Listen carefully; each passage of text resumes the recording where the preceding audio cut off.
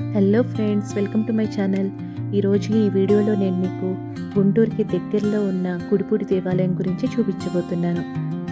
Video skip చేయకుండా last దాకా చూసేయండి. మేము హైదరాబాద్ నుంచి గుంటూరుకి బై ట్రైన్ ట్రావెల్ చేశాము. అండ్ ఆ నెక్స్ట్ డే ఇలా గుంటూరు నుంచి గుడిపూడి దేవాలయానికి బై బస్ ట్రావెల్ చేశాము. గుంటూరు నుంచి గుడిపూడి విలేజ్ దాకా ఒక 35 కిలోమీటర్స్ ఉంటుందండి. మనకు అక్కడ బస్ ఫెసిలిటీస్ కూడా ఉంటాయి ఇలా గుడికి తీసుకెళ్ళడానికి. అండ్ గుంటూరు దగ్గరలోనే చాలా ప్లేసెస్ ఉన్నాయండి చూడాల్సిన ప్లేసెస్, లైక్ ఎత్తిపోతల జలపాతం, అమరావతి, ఉండవల్లి గుహలు, ఇలా చాలా ఉన్నాయి. గుంటూరు వచ్చినప్పుడు అవన్నీ ఒకసారి ప్లాన్ చేయండి. మనకి ఇక్కడ సన్ రైజ్ కూడా చూడడానికి చాలా బాగుంటుంది. ఇక్కడ వెదర్, ఇక్కడ పచ్చని పంట పొలాలు చూస్తే మనసుకు చాలా ఆహ్లాదంగా అనిపిస్తుంది. నెక్స్ట్ వచ్చేసామండి. ఇక్కడ స్టార్టింగ్లో ఇలా ఆంజనేయ స్వామి వారి దర్శనమిస్తారు.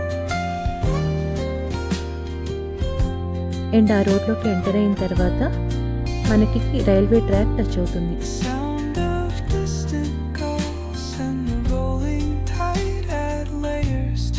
అక్కడి నుంచి ఒక 5 కిలోమీటర్స్ డిస్టెన్స్లోనే ఉంటుందండి ఆ దేవాలయం. ఇదేనండి శ్రీ చెన్నకేశ్వర స్వామి వారి దేవాలయం. ఈ గుడిలోనే అమ్మవారు ఆంజనేయ స్వామి కూడా కొలువై ఉంటారు.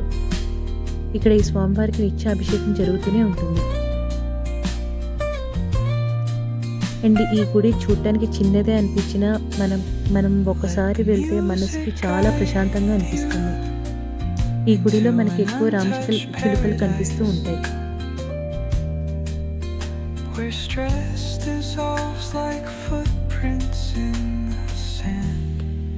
ఇలా స్వామివారిని దర్శించుకున్నాక ఆ ఊర్లోనే బావి ఉంటే అది కూడా చూడటానికి వెళ్ళాము.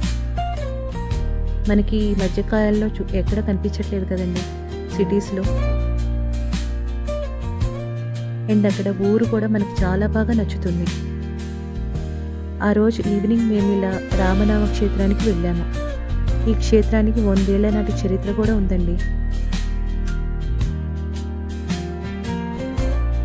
మీరు కనుక గుంటూరులో ఉంటే ఈ క్షేత్రాన్ని ఒకసారి దర్శించండి.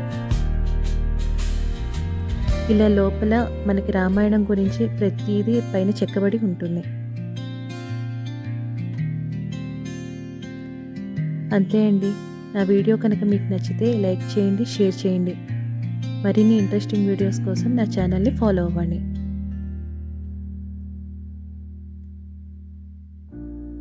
Thank you.